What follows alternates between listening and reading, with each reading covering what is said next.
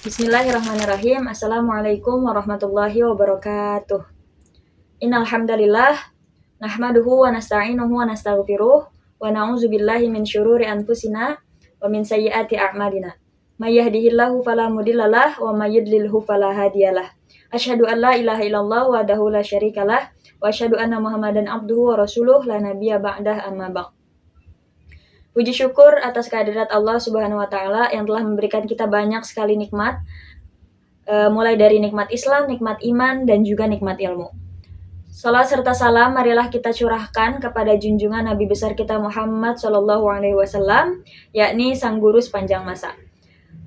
Sebelumnya perkenalkan, nama saya Della Robia, mahasiswa program studi pendidikan agama Islam semester 2, Universitas Ibnu Khaldun Bogor. Video ini dibuat untuk memenuhi tugas ujian tengah semester mata kuliah Hadis Tarbawi, dosen pengampu Al-Mukarram Ustazah Nurlaila Sa'dillah STHI MPD.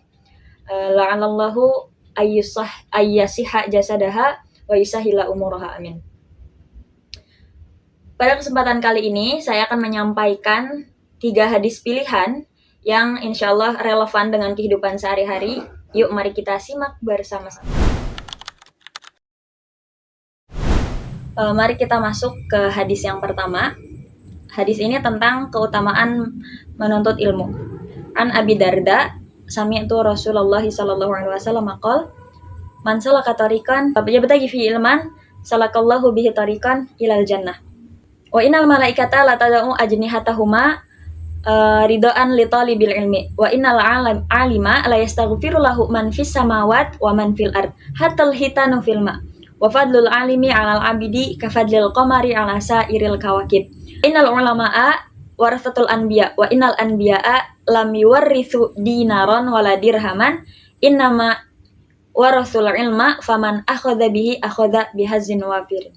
Hadis ini diriwayatkan oleh Abu Darda radhiyallahu an. Abu Darda ini adalah seorang sahabat yang awalnya pedagang sukses, tapi ketika masuk Islam, dia meninggalkan semua hartanya, semua dunianya, dan tekun menuntut ilmu. Jadi dalam hadis tersebut, man salaka tariqan, barang siapa yang menempuh perjalanan, ya betagi fihi ilman, untuk menuntut ilmu, salakallahu bihi, maka Allah akan mempermudah baginya tariqan ilal jannah, jalan ke surga. Kemudian innal malaikata, sesungguhnya para malaikat ini, lata do'ung, itu akan meletakkan ajnihatahuma, kedua sayap mereka, ridoan, sebagai penghormatan litolabil ilmi, bagi penuntut ilmu.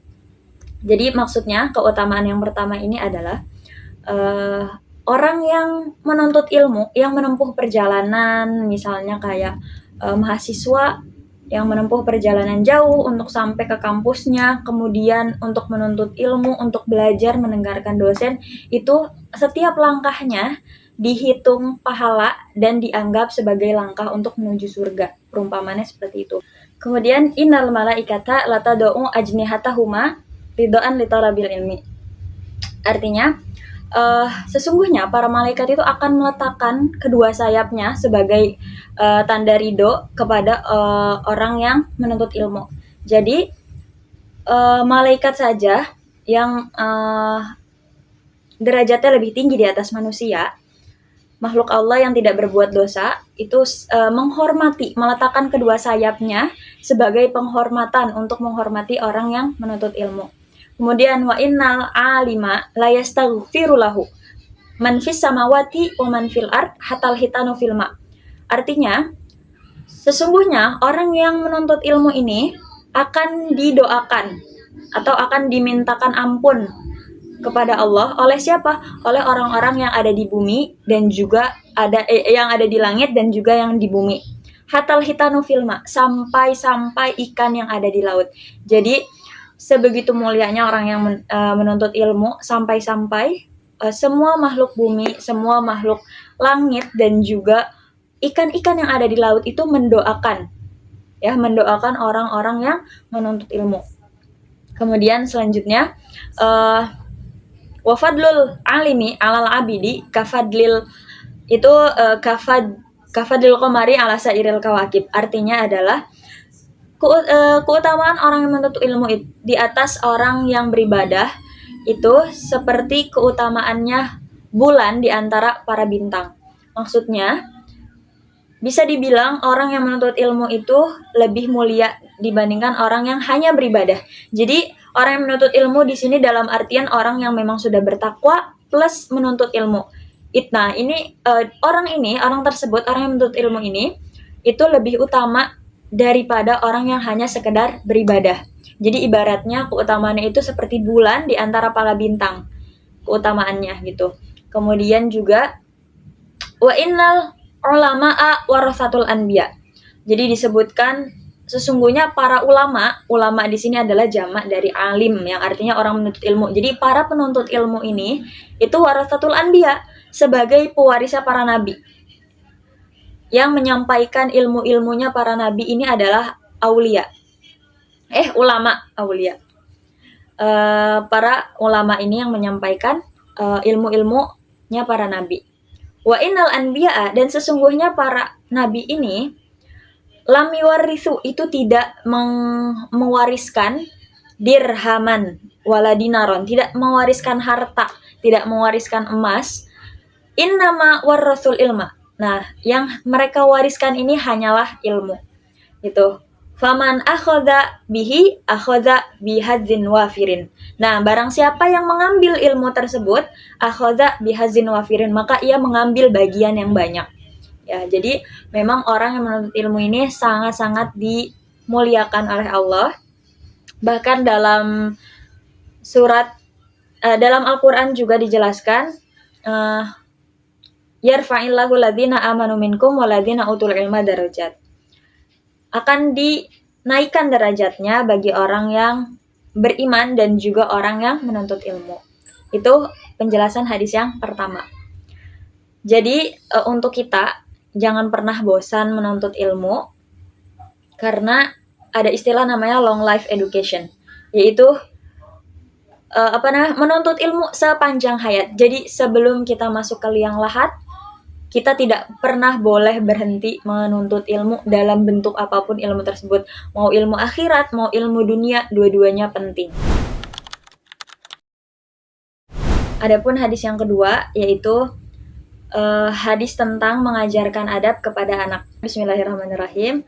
An Ayyub ibni Musa, an abihi an jaddihi qala Rasulullah sallallahu alaihi wasallam, ma nahala walidun waladan khairan lahu min adabin hasanin, yang artinya dari Ayyub bin Musa, dari bapaknya dan dari kakeknya berkata, Rasulullah Shallallahu Alaihi Wasallam bersabda, mana halak, tidak ada pemberian walidun, seorang orang tua, waladan kepada anaknya, khairan lahu, yang lebih baik min adabin hasanin, dari adab yang baik. Sebenarnya hadis ini adalah hadis hasan. Nah, kalau untuk pengambilan hukum syariat tidak diperbolehkan dari hadis hasan. Tapi karena hadis ini isinya tentang adab, kita boleh mengambil ininya saja, boleh mengambil targib. Targib itu motivasi. Jadi kita bisa ngambil motivasi dari hadis hasan. Kecuali memang hadis tersebut isinya tentang hukum syariat. Nah, kita tidak diperbolehkan mengambil hukum dari hadis hasan. Nah, adapun hadis ini dari Ayyub bin Musa. Siapa sih Ayyub bin Musa ini? Ayyub bin Musa ini adalah seorang tabi'in pertengahan, yaitu generasi setelah Nabi. Beliau ini dari Bani Umayyah, keturunan sahabat Nabi, yaitu Al-Ash.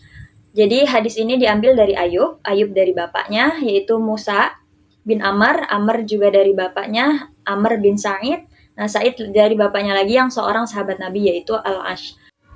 Nah, adapun dalam hadis ini menggunakan kata nahala. Nahala dalam bahasa Arab artinya bukan sekedar memberi, tapi juga memberi tapi tanpa mengharap imbalan. Nah, ini menunjukkan bahwa pemilihan kata dalam hadis ini tuh sangat dalam ya, karena gimana menggambarkan pemberian seorang ayah kepada anak yang memberinya nih tanpa imbalan gitu. Nah, kebanyakan orang tua memahaminya itu Pemberian yang paling berharga untuk anaknya itu hanya sekedar harta, kemudian jabatan, rumah, warisan, semua dalam hal materi. Padahal Rasulullah dalam hadis tersebut meluruskan bahwasanya pemberian orang tua yang paling baik adalah menjadikan anaknya anak yang beradab baik atau berakhlak karimah. Kenapa seperti itu? Karena harta tuh bisa habis, jabatan juga bisa hilang. Tapi kalau misalkan adab yang udah ditanamkan orang tuanya sejak kecil, ini nih bisa jadi pedoman hidupnya, bisa jadi petunjuk bagaimana ia bersikap, bagaimana ia bersosialisasi sepanjang hidupnya. Dan juga ketika orang tua mendidik anaknya menjadi anak yang soleh, menjadi anak yang beradab, ketika nanti orang tuanya meninggal, itu bisa menjadi amal jariahnya. Ketika orang tua meninggal, anaknya mendoakan orang tuanya, yang mana orang tua yang meninggal ini masih tetap mengalir pahalanya. Ini juga salah satu manfaat bagi orang tua yang menanamkan adab yang baik kepada anak. Adapun hadis yang ketiga yaitu Bismillahirrahmanirrahim, an Anas bin Malik radhiyallahu anhu an Nabi sallallahu alaihi wasallam qol yassiru wa la tu'assiru wa basyiru wa la tunafiru, muttafaqun alaih. Artinya dari Anas bin Malik radhiyallahu anhu dari Nabi sallallahu alaihi wasallam bersabda, yassiru, permudahlah, wa la tu'assiru, dan janganlah mempersulit, wabasyiru, dan berikanlah kabar gembira, wala tunafiru, dan janganlah membuat orang lari. Muttafaqun alaih. Hadis yang diriwayatkan oleh Bukhari Muslim. Hadis ini termasuk hadis sahih ya, sehingga sumbernya sanadnya pasti. Kemudian hadis ini dari Anas bin Malik. Anas bin Malik ini adalah sahabat Nabi yang sudah menemani Nabi selama 10 tahun. Anas bin Malik ini sejak kecil dititipkan ibunya Ummu Sulaim kepada Nabi untuk melayani Nabi, untuk membantu Nabi dan menemani Nabi. Ibunya ini bernama Ummu Sulaim, ya, menitipkan anaknya. Nah, Ummu Sulaim dan Anas bin Malik ini dari kaum Ansor. Karena Anas bin Malik sejak kecil selama kurang lebih 10 tahun menemani keseharian Nabi, sehingga Anas bin Malik ini mengetahui bagaimana kebiasaan Nabi, perkataan Nabi, dan aktivitas keseharian Nabi. Sehingga Anas bin Malik ini termasuk muksirin. Muksirin ini maksudnya orang yang meriwayatkan banyak hadis seperti Abu Hurairah, Sayyidah Aisyah. Nah, Anas bin Malik ini meriwayatkan hadis kurang lebih 2286 hadis. Nah, dalam hadis ini dijelaskan bagaimana seharusnya seorang muslim itu bersikap baik dalam hal mengajar, berdakwah, bergaul, bersosialisasi, dan lain sebagainya. Dikata yang pertama adalah yasiru. Yasiru ini artinya yasara yuyasiru, yasiru. Permudahlah kalian, maksudnya permudahlah urusan orang lain. Jadi jangan ketika mengajar, seorang guru hendaknya mengajarkan muridnya dengan sabar, dengan tulus, ya kan. Kemudian ketika menolong orang lain juga tanpa ada syarat tertentu, misalnya dipermudah, semuanya dipermudah. Kemudian kata yang kedua ada wala tu'assiru. Wala tu'assiru ini artinya jangan dipersulit. Dalam menjadi seorang guru, jangan ngasih banyak PR misalnya. Ketika menjadi seorang teman, jangan mempersulit, jangan mengganggu temannya, jangan mengejek. Intinya semua hal-hal yang bisa menyulitkan orang lain gitu. Di kata yang ketiga, wabasyiru. Wabasyiru ini artinya dan berilah kabar gembira. Maksudnya dalam kehidupan sehari-hari kita ini selalu membuat orang senang, orang nyaman dengan kata-kata kita yang memberi kabar baik, selalu memotivasi, nggak pernah nakut-nakutin. Misalnya guru mengajarkan muridnya dengan tanpa adanya ancaman, ya kan, selalu memberikan motivasi, selalu berbicara yang baik gitu kepada anak muridnya misalnya, dalam bergaul juga, dan kegiatan sehari-hari lainnya. Kemudian yang terakhir wala tunafiru. Wala tunafiru di sini artinya jangan membuat orang lain lari. Maksudnya tuh jangan bikin orang takut. Jangan bersikap terlalu kasar atau galak atau bahkan sampai ngerendahin orang lain. Jadi orang lainnya tuh menjauh, kabur, nggak mau bergaul sama kita. jangan sampai hal itu terjadi gitu. Alhamdulillah saya telah memaparkan 3 hadis tadi. Semoga bermanfaat bagi yang menonton, dan mohon maaf apabila masih banyak kekurangan ya dari struktur kata yang kurang sempurna yang telah tadi saya sampaikan, dan apabila ada kesalahan mohon sekali untuk dikoreksi, karena kebenaran datangnya hanya dari Allah dan kesalahan datangnya hanya dari saya sendiri. Terima kasih semuanya. Astagfirullah min qaulin bila amalin, ihdinas siratal mustaqim. Wabillahi taufiq wal hidayah. Wassalamualaikum warahmatullahi wabarakatuh.